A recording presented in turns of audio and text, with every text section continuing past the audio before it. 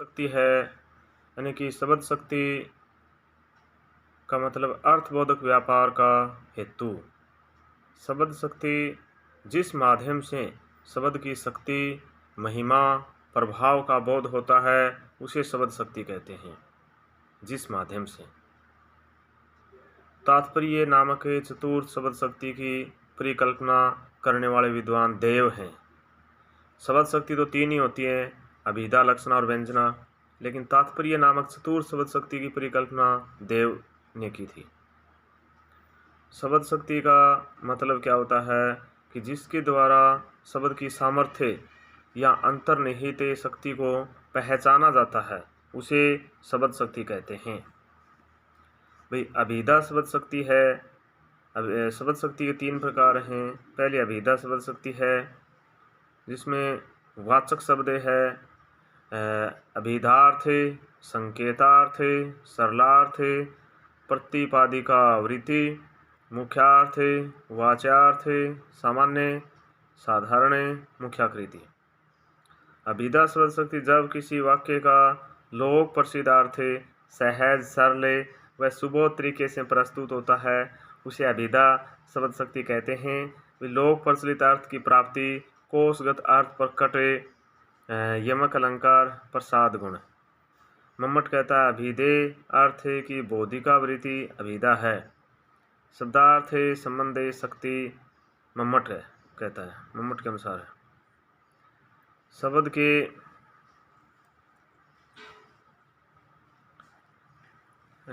के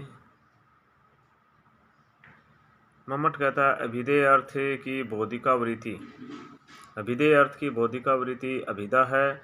शब्दार्थ संबंध शक्ति मम्मट के अनुसार।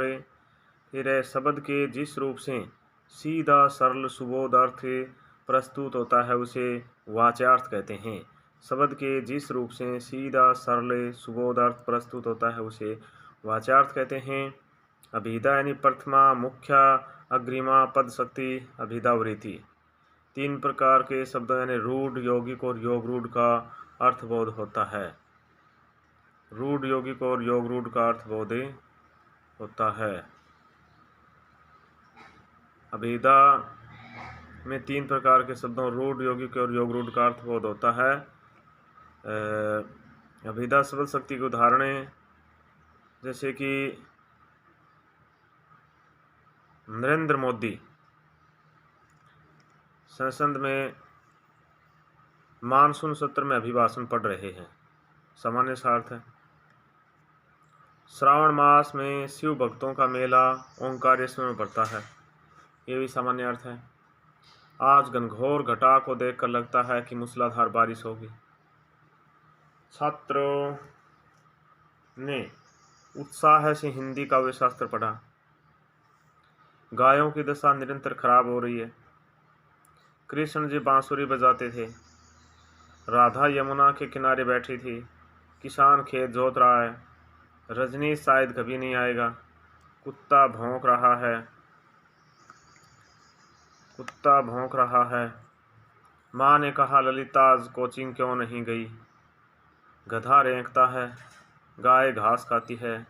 तो इन सभी में अभिधा शब्द शक्ति है, क्योंकि इसका सामान्य सा अर्थ निकलता है, यहाँ कोई लक्षण प्रकट नहीं होते हैं, इस कारण से इसमें अभिधा शब्द शक्ति है। फिर हरि ने नारद को हरि रूप दिया, इसमें यमक अलंकार है लेकिन अभिधा शब्द शक्ति है।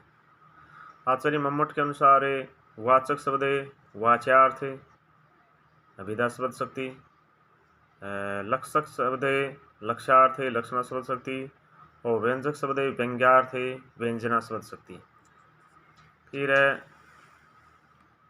अभिधा शब्द शक्ति में हमेशा वस्तु, व्यक्ति, पदार्थ की तुलना दूसरे से नहीं की जाती है, परंतु यमक, वक्रोक्ति और उत्प्रेक्षा अलंकार के उदाहरण अभिधा के अंतर्गत आते हैं। प्रसाद गुण, पांचाली रीति, आवर चित्तर, शांत रस, इसमें यमक, उत्प्रेक्षा, यमक, वक्रोक्ति और उत्प्रेक्षा अलंकार के उदाहरण किसमें आते हैं? अभिधा शब्द शक्ति में आते हैं। जैसे उदाहरण है, सारंग ले सारंग चली सारंग पुण्य आए, सारंग सारंग में दियो सारंग सारंग माए। इसमें यमक अलंकार है, अभिधा शब्द शक्ति है। फिर कौन तुम घनश्याम में जाए कहूँ वर्षा करो, इसमें वक्रोक्ति अलंकार है, अभिधा शब्द शक्ति है। फिर सोहत ओढ़े पीत पटे श्याम सलोने गाते, मान हूँ नीलमणि शैल परे आतप प्रियो प्रभात है। इसमें उत्प्रेक्ष अलंकार है, अभिधा शब्द शक्ति है। फिर है लक्षणा शब्द शक्ति। लक्षणा शब्द शक्ति जो दूसरी शब्द शक्ति है, इसमें लक्षक शब्द है, लक्ष्यार्थ है, आरोपितार्थ है, अन्यार्थ है, गौणी वृत्ति, अमुख्यावृत्ति। यानी वाक्य में जब लक्ष्यार्थ के द्वारा शब्द की शक्ति को पहचाना जाता है, लक्ष्यार्थ के द्वारा, वहाँ लक्षणा शब्द शक्ति होती है। लक्ष्यार्थ के लिए अभिधा भी आधार बनता है। लक्ष्यार्थ के लिए अभिधा शब्द शक्ति भी एक प्रकार से आधार बनती है। जब मुख्यार्थ बाधित होकर उसी से जुड़ा अर्थ लक्ष्यार्थ प्रस्तुत करता है तो वहाँ लक्षणा शब्द शक्ति होती है। लोक प्रचलित अर्थ इसमें नहीं निकलता है। इसमें अन्य अर्थ का मुख्य अर्थ से भी संबंध होता है। लक्षणा शब्द शक्ति में, लक्षणा में एक वस्तु, व्यक्ति, स्थान, पदार्थ के रूप, गुण, दशा के लक्षणों का आरोप दूसरे स्थान, व्यक्ति, पदार्थ पर किया जाता है, वहाँ लक्षणा शब्द शक्ति होती है।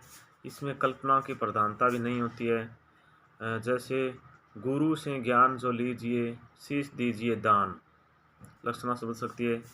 उदाहरण यानी जैसे राजस्थान वीर है तो राजस्थान के लोग वीर हैं। पंजाब शेर है, मतलब है पंजाब के लोग शेर के हैं।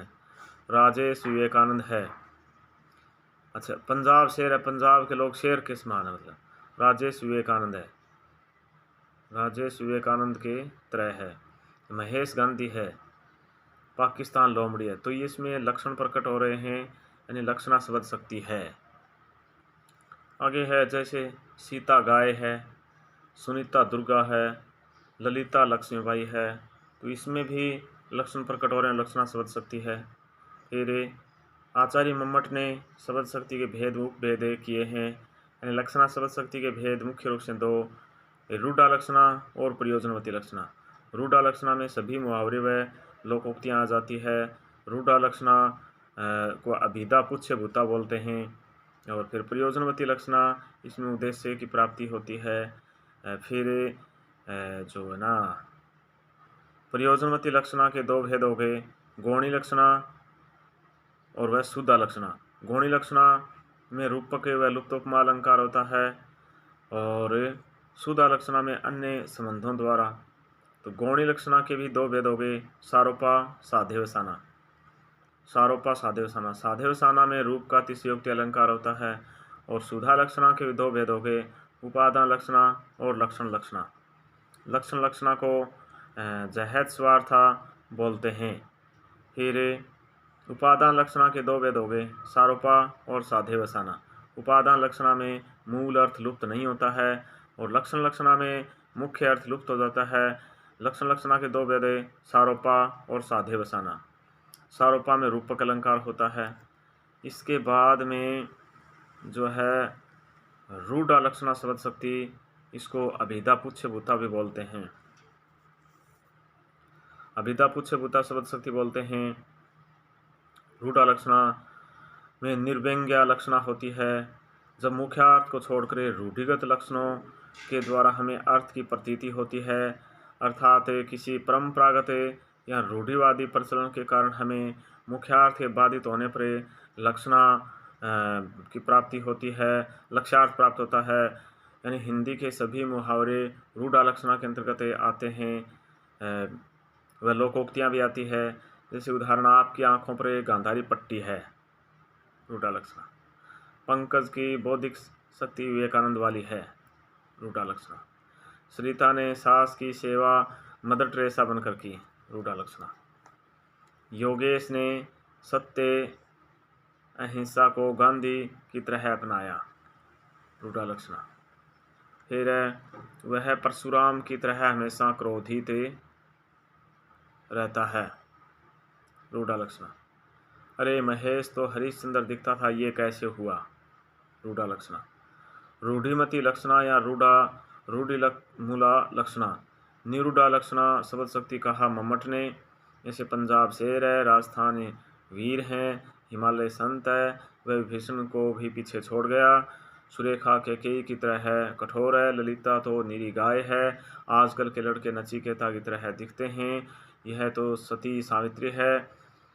रेजा रेजा भयो करेजा, अंदर देखो धरी धसी के। इसमें भी रूढ़ा लक्षणा है। आसमान टूट पड़ा, उसने तो मेरी नाक ही कटवा दी।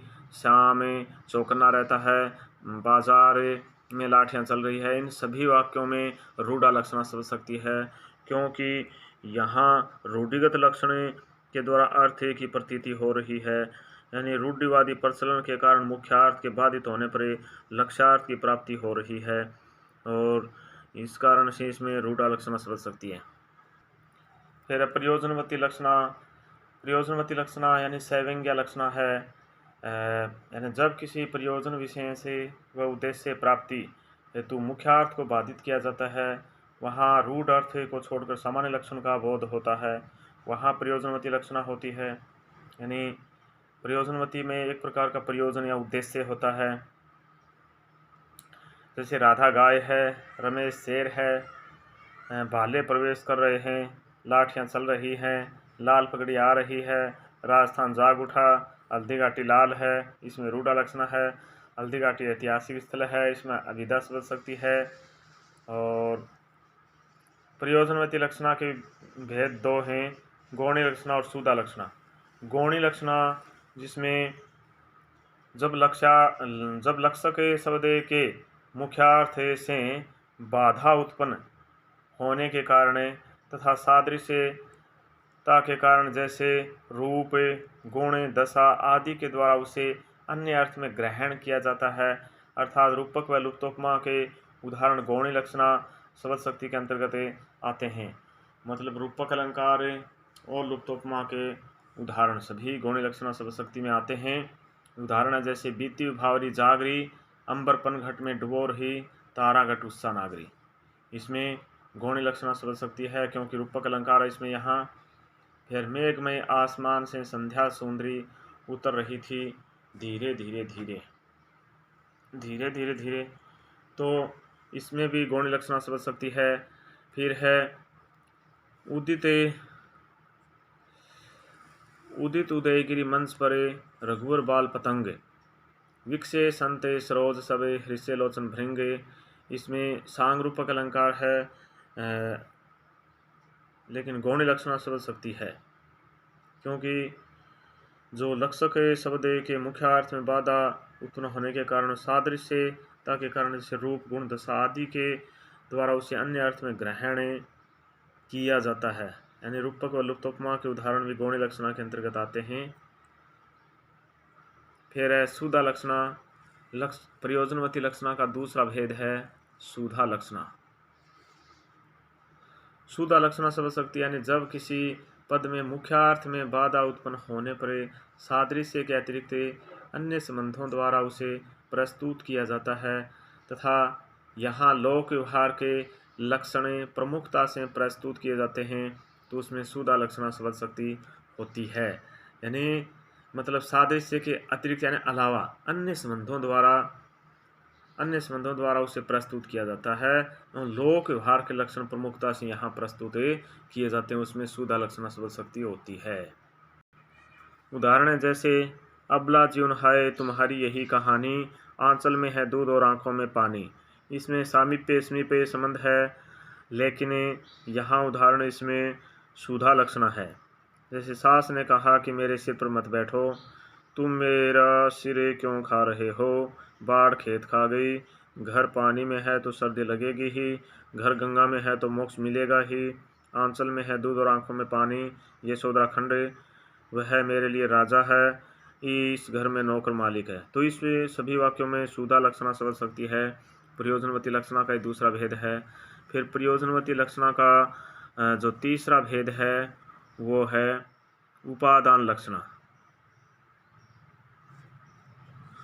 उपादान लक्षणा शब्द शक्ति, इसको अजहद स्वार्था बोलते हैं। इसमें वाच्यार्थ होता है, यानी जब किसी वाक्य में मुख्यार्थ की बाधा होने पर अन्य अर्थ ग्रहण करते समय भी मूल अर्थ कभी भी लुप्त नहीं होता है, वहाँ उपादान लक्षणा होती है। मतलब उपादान लक्षणा में उसका मूल अर्थ कभी भी लुप्त नहीं होता है, मूल अर्थ तो उसमें रहता ही है। तो इसको अजहद स्वार्था बोलते हैं। उदाहरण जैसे सारा घर उजड़ गया, सारा घर तमाशा देखने गया, यह घर आग उगल रहा है, ये झंडे कहाँ जा रहे हैं, ये विभीषण कब आए, राजस्थान ने रक्त दिया है। तो इस सभी में उपादान लक्षणा शब्द शक्ति है। फिर इसके बाद में लक्षण लक्षणा, लक्षण लक्षणा शब्द शक्ति,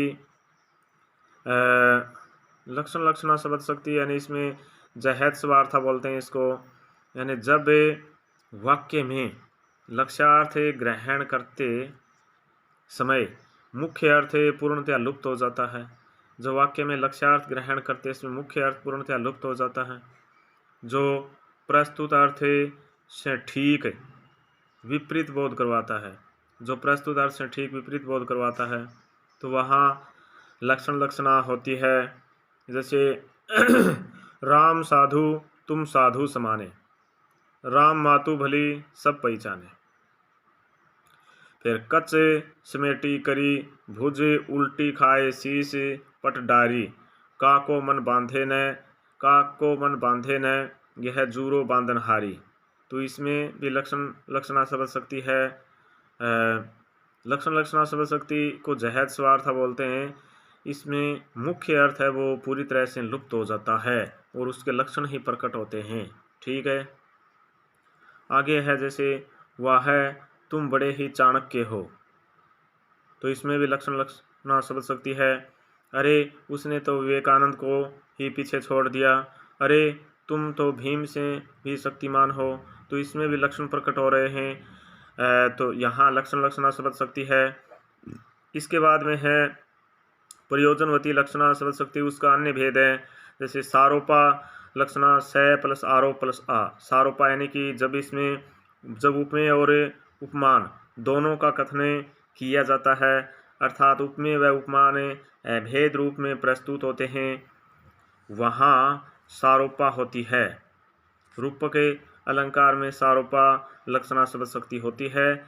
उदाहरण जैसे सीए मुख समसा पाव किमी चंद्र बापुरो रंक, सारोपा शब्द शक्ति है, रूपक अलंकार है इसमें।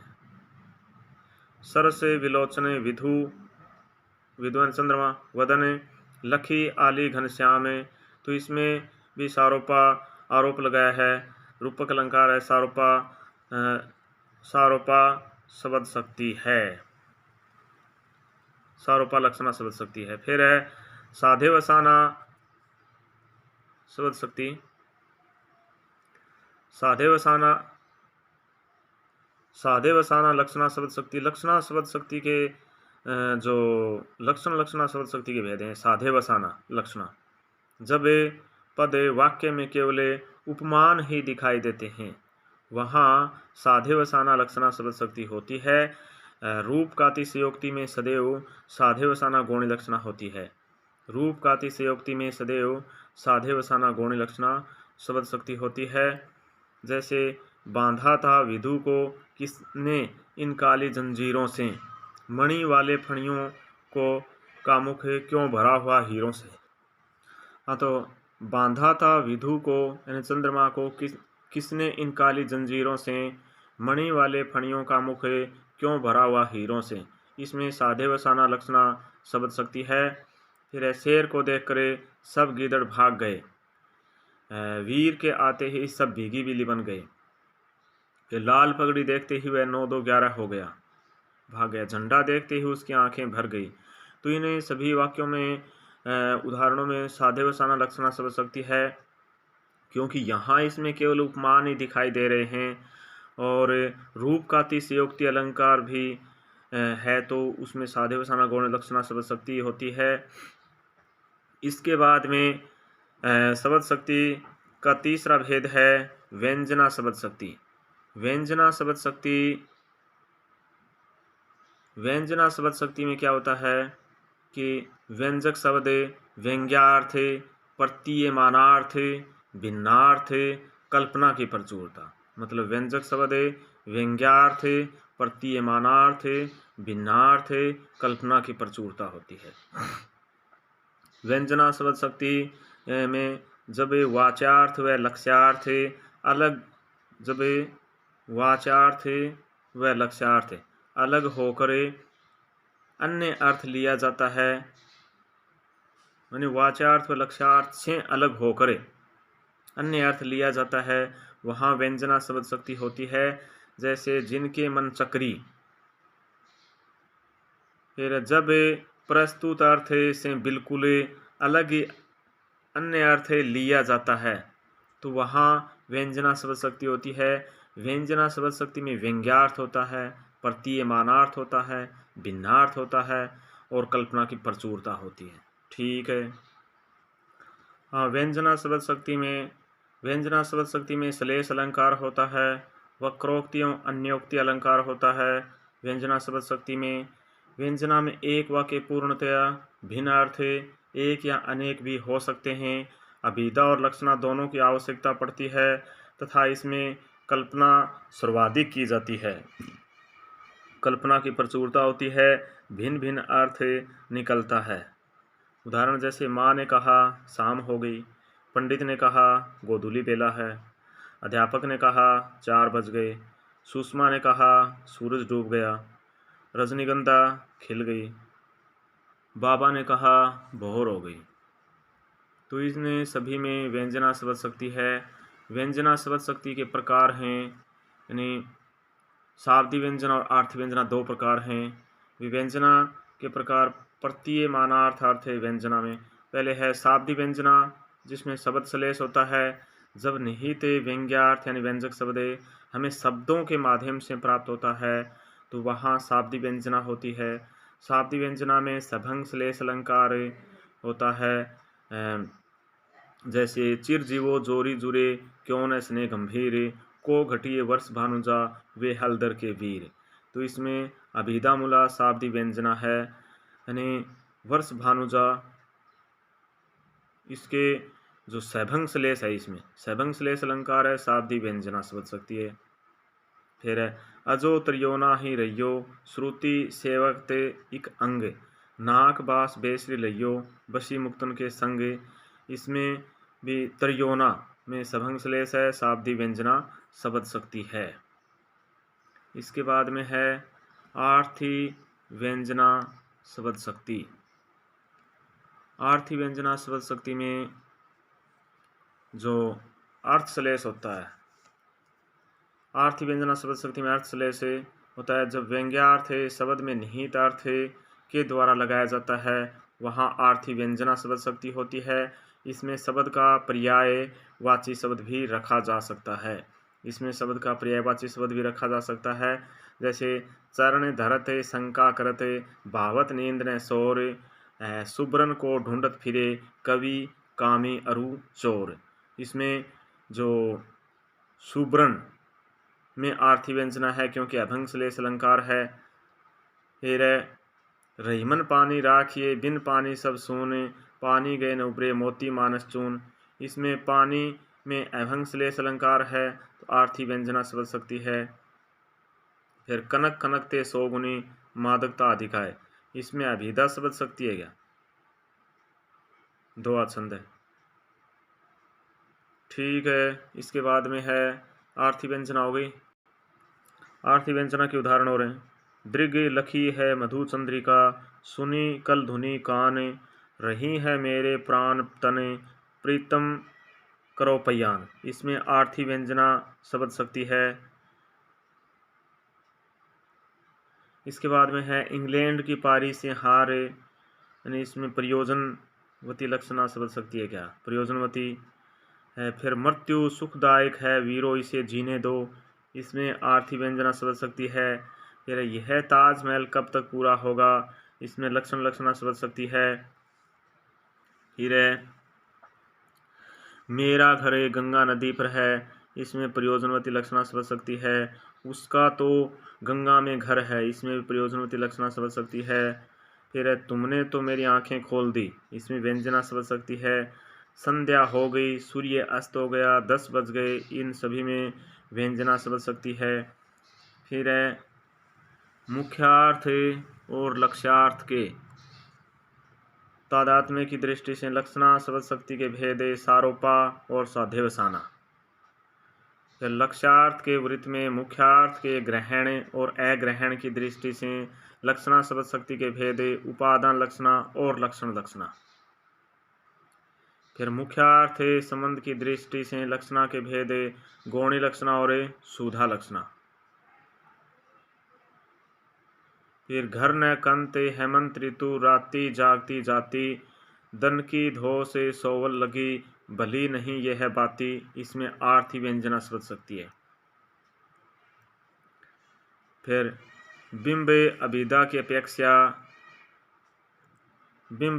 की अपेक्षा लक्षणा और व्यंजना पर आधारित है, ये ऐसा कहा केदारनाथ सिंह ने। मम्मट ने शब्द शक्ति के लिए शक्ति और विश्वनाथ ने व्यापार शब्द का प्रयोग किया है।